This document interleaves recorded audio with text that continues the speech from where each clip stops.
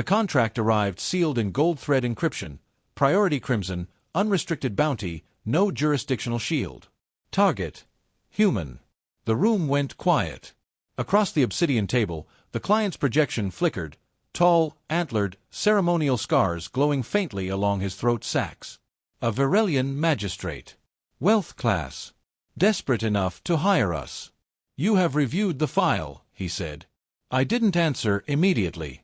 I studied the rotating hologram above the table instead. Bipedal.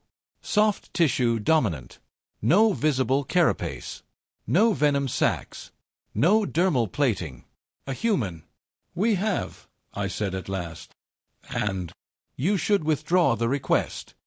The magistrate's eyes narrowed. I was assured your organization eliminates any target. Warlords.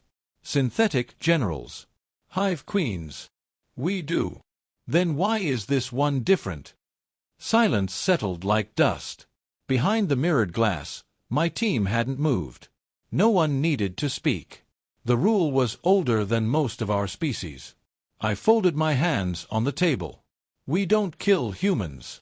The magistrate blinked once. I beg your pardon. You heard correctly. His antlers flared crimson with agitation. This is a single mammal from a pre-unified planet. No military escort. No augmentations. The file indicates minimal combat training. Your hesitation makes no sense. It makes perfect sense. He leaned forward. Name your price. It isn't about price. Then what? Political protection? Discretion? I held his gaze. Survival. The word seemed to confuse him more than anger him. You fear retaliation from their government? He asked. A faint hum of amusement moved through the observation deck. No.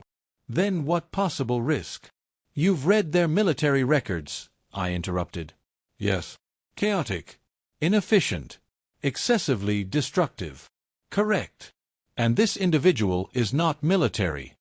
Correct. The magistrate spread his upper limbs. Then explain.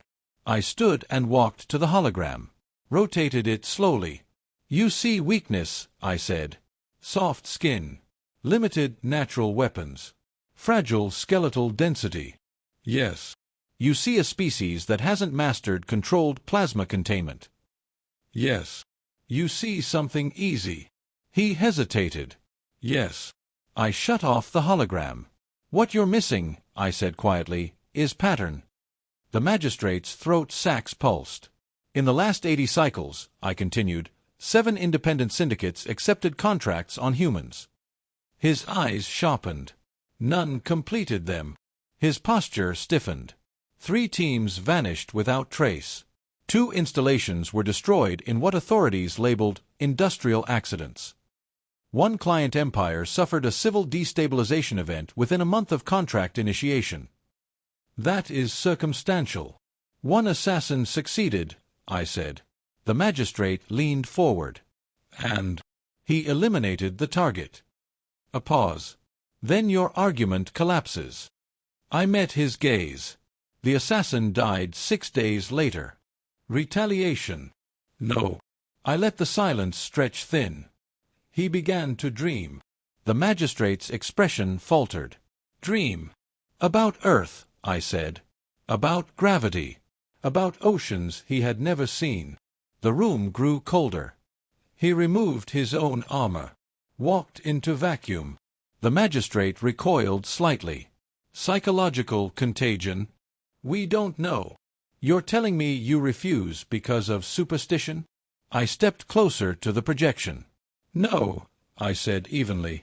We refuse because every species that underestimates humans eventually regrets it. His antlers dimmed slightly.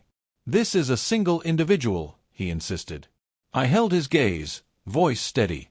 You really don't know what you're asking. The Empire called itself inevitable. It did not negotiate. It absorbed. Across 5 spiral arms, the Dominion of Viral had perfected a singular doctrine, compliance through overwhelming asymmetry. First came the probes, silent lattice arrays mapping biospheres, mineral density, atmospheric volatility.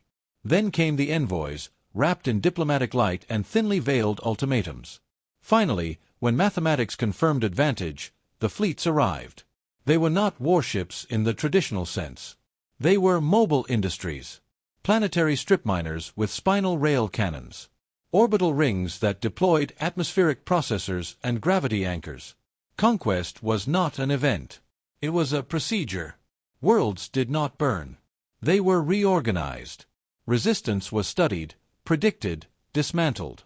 Cultural nodes were identified and replaced. Leadership structures inverted. Economic pathways rerouted toward central authority. Within 2 planetary cycles, former sovereign civilizations referred to annexation as integration. The Dominion did not celebrate victory. It recorded acquisition. Humanity was catalogued as Resource Cluster 7-19C. Initial assessment: fractured governance, uneven technological distribution, high emotional volatility. Nuclear capability present but strategically primitive. Digital infrastructure dense but unsecured. Military forces numerous yet decentralized. Probability of successful integration: 94.7%.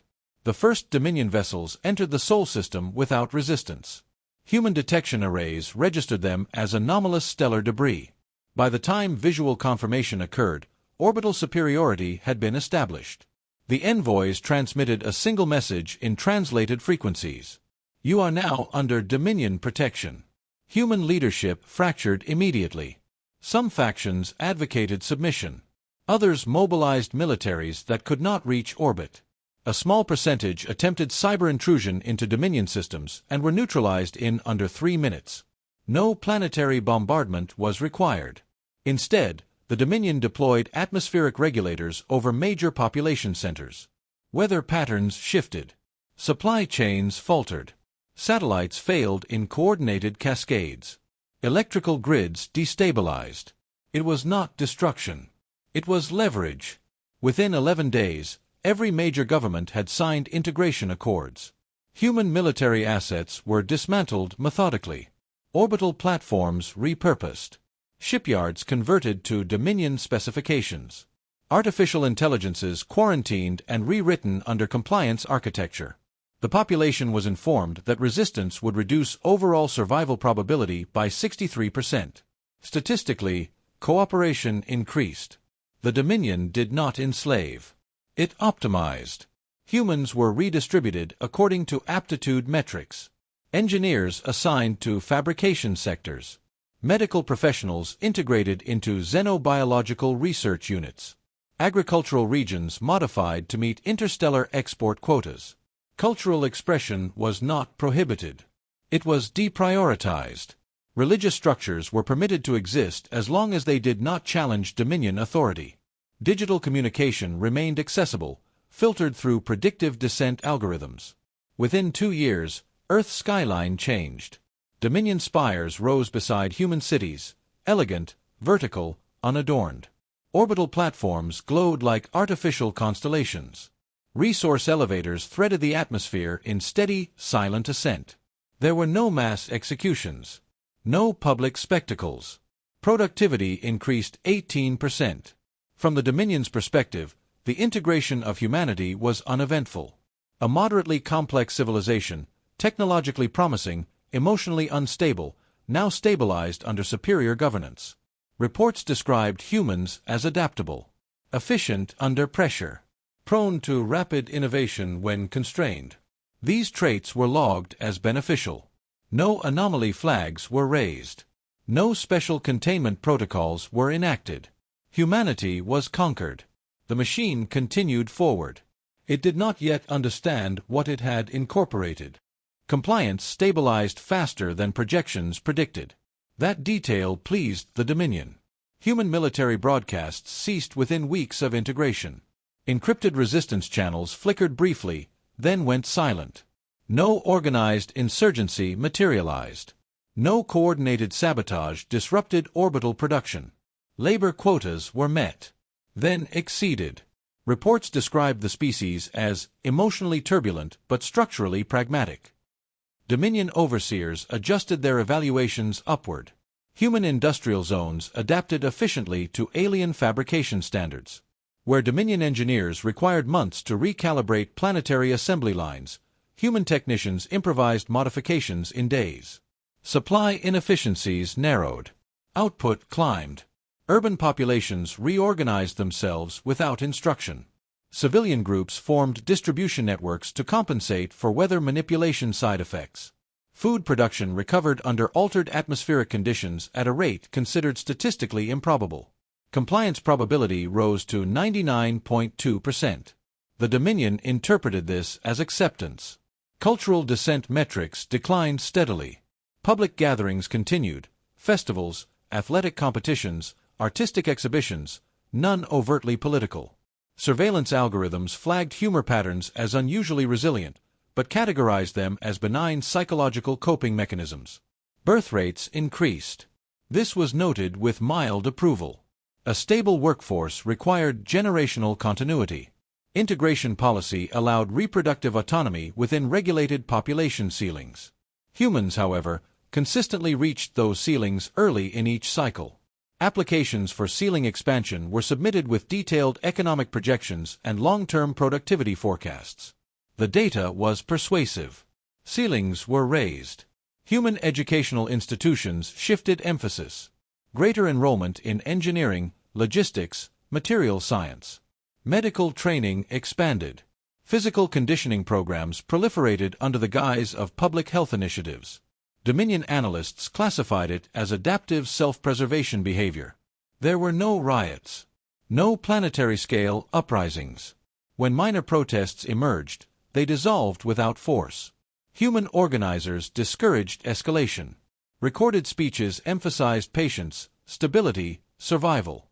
Dominion governors cited humanity as a model integration case in interstellar briefings. Species 7-19C demonstrates high adaptability and minimal ideological rigidity, one report concluded. Long-term loyalty probability favorable. Trade output from Seoul exceeded projections by 34%. Orbital shipyards began incorporating human supervisors. Their efficiency in coordinating mixed-species crews proved advantageous.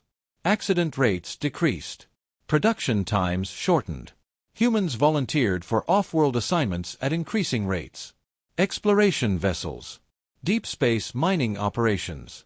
Frontier stabilization projects. They learned Dominion architecture. Dominion navigation systems. Dominion fleet logistics.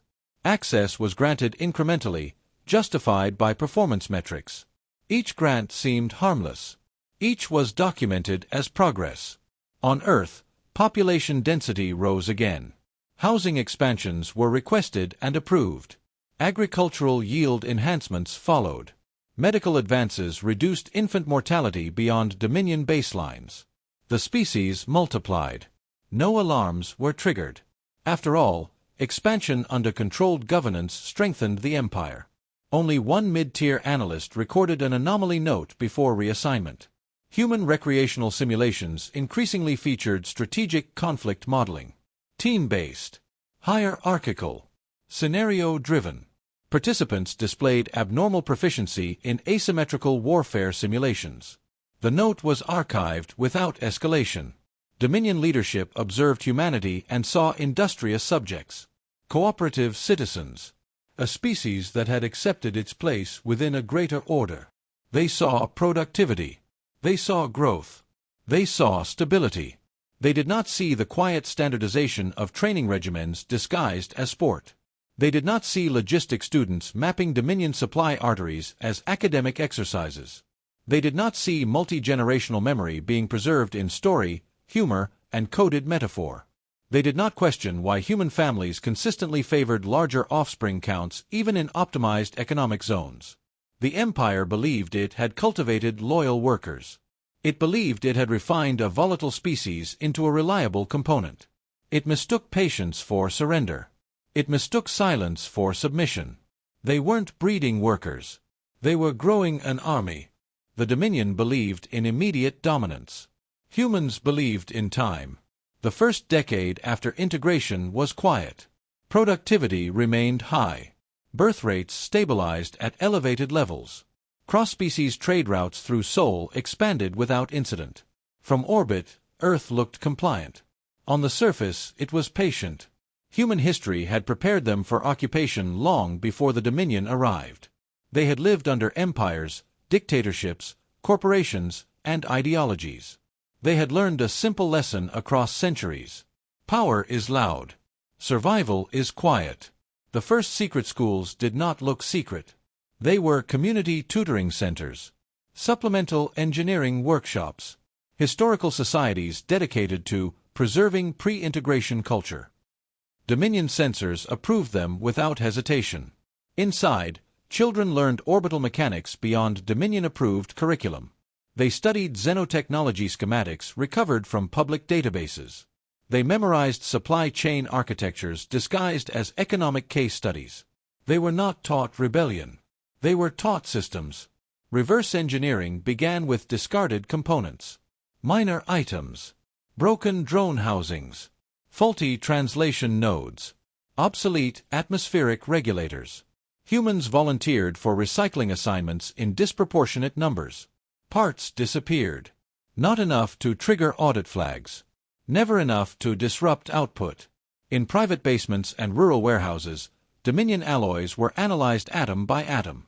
Power cores were disassembled, mapped, rebuilt in crude imitation. Failures were documented. Improvements followed. Iteration became ritual. Dominion surveillance algorithms monitored digital traffic extensively. Humans responded by returning to analog methods. Handwritten notes. Face-to-face conversations during sanctioned athletic gatherings. Encoded phrases embedded in entertainment streams. Humor carried instruction. Music carried timing. Fiction carried doctrine. Spy networks formed not from soldiers, but from logistics coordinators, maintenance workers, shipping clerks.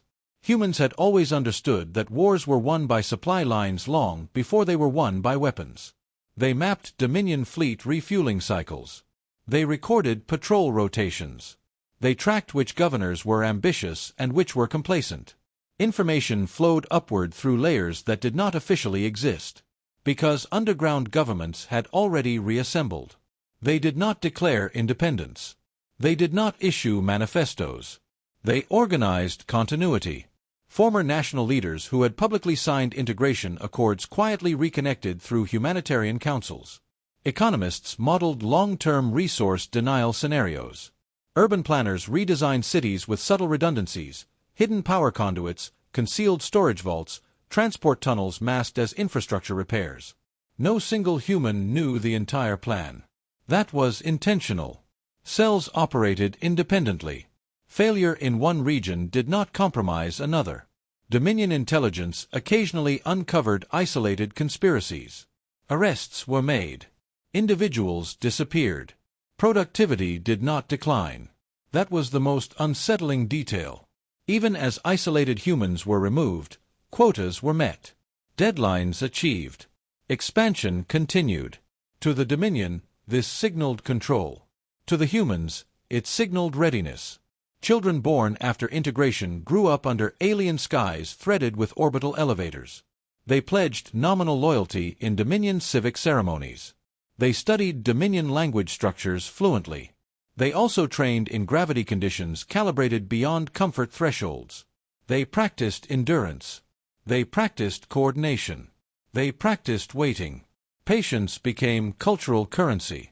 A generation passed. Then another. Dominion governors rotated assignments, satisfied with soul stability metrics. Promotions were awarded based on Earth's performance. Integration of humanity was cited in military academies as a case study in efficient conquest. No alarms sounded. No fleets mobilized. The machine continued, unaware that inside one of its most productive components, a counter-machine had fully assembled. Humans had not resisted the invasion. They had absorbed it. And they were very, very patient. It began without spectacle. No declaration. No broadcast across the stars. No heroic speech. Just a scheduling error. At 3:17 Seoul Standard Time, a Dominion logistics hub in the Pacific Arc failed to transmit its routine output confirmation. The delay was minor, 4 seconds beyond tolerance. An automated query pinged the facility. No response. Backup systems engaged. Still nothing. The hub was flagged for inspection. At 3:19, a mining relay over South America reported coolant irregularities. At 3:22, a cargo spine linking Earth to an orbital refinery experienced a microfracture along a stress seam no scan had previously detected. Individually, they were maintenance problems. Collectively, they were timing. Human workers evacuated each site calmly before system collapse. No panic. No visible coordination. Surveillance footage showed confusion, concern, compliance. Then data logs began to vanish. Not erased. Corrupted. Checksum errors spread through Dominion archives like static across glass. Historical patrol routes misaligned. Inventory records conflicted. Weapon manifests failed to reconcile with physical storage. At first, Dominion administrators assumed technical malfunction. Then they attempted to dispatch security units. Half the rapid response armories were empty. Not broken into. Not damaged. Simply empty. The weapons had been signed out months prior for training recalibration exercises approved under efficiency improvement initiatives. The authorizations bore legitimate credentials. Those administrators were unavailable for questioning. Their offices remained organized. Personal effects untouched. Access badges deactivated precisely 2 minutes before coordinated system failure. Across Earth, localized unrest flared. Crowds gathered near Dominion spires, not in chaotic mobs, but in structured formations. Drones descended to disperse them. Several did not return. Their control frequencies were overridden using modified civilian transmitters assembled from consumer components. Riots erupted in 3 cities simultaneously. Then stopped. Then reignited somewhere else. Dominion predictive descent algorithms failed to model the pattern because there was no emotional spike preceding it. Social feeds remained mundane until seconds before disruption. Industrial power grids flickered. Orbital elevators paused mid-ascent. A fuel depot in low orbit vented harmlessly into vacuum after safety locks disengaged in perfect sequence. First one center fell silent. Then another. Communication nodes across the planet blinked offline in staggered rhythm. No explosions. No dramatic collapses. Just silence. On Dominion command decks, Sol's status panel shifted from green to amber to flashing red in under 12 minutes. Emergency directives were issued. They traveled slowly, because the relays carrying them were no longer entirely under Dominion control. In underground chambers beneath former government buildings, beneath agricultural zones, beneath fabrication plants, sealed rooms opened. Generations of preparation stepped into motion. Human voices spoke in calm, measured tones over secured channels older than the occupation itself. Phase 1 complete. No cheering followed. Only confirmation. The Empire had not been attacked. It had been disconnected. And this was only the spark. The Dominion expected rebellion to stay local. It did not. Within hours of Sol's destabilization, encrypted transmissions began moving outward along forgotten trade corridors and dormant civilian bands. They did not carry threats. They carried coordinates. Labor camps on the fringe worlds of Kether. Penal mining colonies in the Varelian outer belt. Agricultural planets whose native populations had been optimized into generational servitude. Human infiltration teams had already been there. 4 years. Ship technicians. Medical staff. Infrastructure consultants. When Sol went dark, so did the control lattices in a dozen distant systems. Containment fields failed. Shock collars unlocked. Automated overseer drones received contradictory commands and powered down. Humans did not simply free the enslaved. They armed them. Not with Dominion standard rifles. That would have been predictable. Instead, they distributed hybrid weapons built from reverse-engineered components and improvised kinetics. Tools that bypassed Dominion shield harmonics by exploiting microscopic calibration flaws logged decades earlier. The first liberated world broadcast a single message across open space. We are not alone. Alliances formed in hours that had taken other species centuries to imagine. The Dominion fleet mobilized. It found empty refueling depots. Supply convoys ambushed not in grand fleet engagements, but in blind gravity wells where navigation buoys had been subtly misaligned months prior. Entire battle groups emerged from slipspace into minefields constructed from repurposed agricultural fusion cores. Humans did not favor symmetrical warfare. They targeted food synthesis arrays. They poisoned predictive algorithms with falsified civilian data until Dominion tactical AIs could no longer distinguish insurgent from infrastructure. They sabotaged star charts. They seeded rumors. They broadcast fabricated surrender orders on secured military frequencies, forcing hesitation at critical moments. When necessary, they were brutal. Guilds that had profited from bounty contracts against dissidents found their leadership exposed. Financial crimes leaked, hidden atrocities transmitted publicly to subject worlds. Several guild headquarters suffered catastrophic reactor failures traced to maintenance oversights. Assassin networks that once refused human contracts began losing members. One by one. Some disappeared mid-mission. Others were returned to their employers, alive, unharmed, but carrying detailed recordings of their own operational vulnerabilities. A message accompanied each delivery. "We learned from you." The Dominion attempted diplomatic isolation protocols, labeling humanity as destabilizing extremists. It found few listeners. Because every species it had quietly subjugated now possessed weapons, data, and proof. The Empire did not collapse in fire. It fractured in trust. Trade routes severed. Governors defected. Peripheral systems declared autonomy under protection treaties drafted by human legal scholars decades earlier. Across the spiral arm, one realization spread faster than any fleet. Humans had waited. Humans had prepared. And when they chose to fight, they fought to win. The Dominion prepared for annihilation. Last resort protocols activated across its core systems. Planetary shields rose. Doomsday arsenals unlocked. Strategic analysts predicted that if humanity possessed a superweapon, this would be the moment. It never came. No stars were extinguished. No planets cracked. Instead, summons were issued. Formal. Structured. Legally binding. Human representatives transmitted encrypted indictments across every major interstellar channel, complete with evidence chains, financial records, genetic labor audits, and centuries of archived Dominion decrees. They did not accuse. They documented. The charges were precise: unlawful sentient exploitation, coerced annexation under manipulated environmental duress, systematic cultural erasure, interstellar trade violations, war crimes disguised as administrative integration. Attached to each accusation was proof. Not rhetoric. Proof. The Dominion attempted to suppress the transmissions. It discovered that humans had already mirrored the data across thousands of civilian relays operated by newly liberated worlds. To silence the evidence, the Dominion would need to silence half the spiral arm. They no longer possessed that leverage.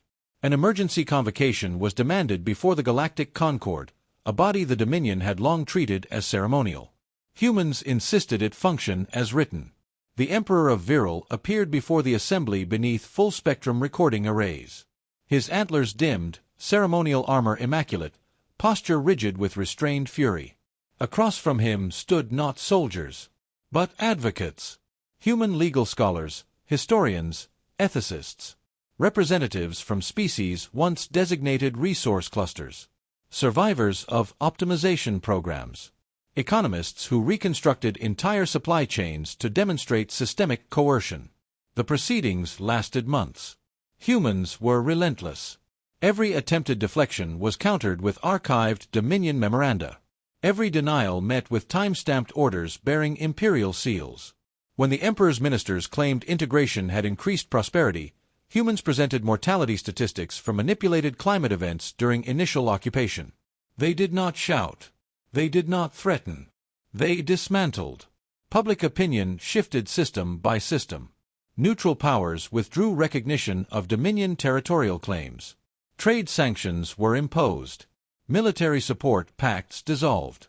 Finally, the ruling came. The Dominion would relinquish direct control over annexed systems. Reparations would be paid in infrastructure, technology transfer, and demilitarization of occupied sectors. The Emperor would remain nominally sovereign, but over a fraction of what he once commanded. No execution. No coup.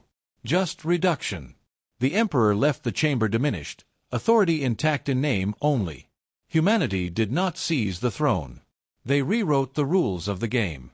In the aftermath, analysts across the galaxy reached the same conclusion. Humans were not the strongest species. They were not the oldest. They were not the most technologically advanced. But they understood something others did not. Power that conquers by force can be resisted by force. Power that claims legitimacy can be destroyed by law. That was the final weapon. And it made humans something far more dangerous than conquerors. It made them civilized apex predators. The magistrate's projection flickered back into the dim private chamber. He had not interrupted once during the account. Now his throat sacs pulsed faintly, not with anger, with calculation. "You expect me to believe," he said carefully, "that an entire empire fell because humans filed complaints?" I leaned back in my chair. "No," I replied. "It fell because it gave them time." The bar around us hummed with low alien conversation. Freight captains, information brokers, mercenaries who understood risk as a profession. The magistrate's image stabilized. "This target," he insisted, "is one individual. A trade negotiator. No army. No fleet. No legal tribunal behind him." I tapped the contract file and pushed it back across the table. "You kill a human," I said evenly, "and you're not eliminating a problem." He waited. "You're creating one." He exhaled slowly. "Explain." "You kill a human, and their family doesn't grieve quietly. They investigate." A pause. "They ask questions. They pull records. They find inconsistencies." The magistrate's antlers dimmed. "You kill a human, and their friends don't hire mourners. They hire analysts." The room seemed quieter now. "You kill a human," I continued, "and somewhere, someone begins mapping your shipping routes, your political alliances, your financial dependencies." The magistrate's projection flickered once, a signal of rising stress. "And if that fails," he asked, "then their species gets involved." He made a dismissive sound. "One death does not mobilize a civilization. It doesn't need to." I leaned forward slightly. "Humans are cooperative predators. They don't require central command to align. All it takes is a narrative." His eyes narrowed. "You become the villain in that narrative." Silence stretched between us. "And suppose," he said slowly, "one avoids their vengeance." "You won't." Confidence, not arrogance. "Because even if you evade their investigators, even if you survive their retaliation, even if you disappear beyond mapped space." I let the words settle. "They have lawyers." The magistrate stared. "They document everything. They archive grievances across generations. They wait until you need trade access, or political legitimacy, or asylum." I tapped the contract again. "And then they finish it in court." The projection dimmed slightly. "You're telling me," he said, voice lower now, "that killing one human risks war, espionage, economic ruin, and legal destruction?" "Yes." The chamber door slid open behind me as my team prepared to leave. The magistrate hesitated. "Your organization fears them." I stood. "No," I said calmly. "We understand them." I turned toward the exit, pausing just long enough to meet his gaze one final time. "That's why," I said quietly, "we don't kill humans.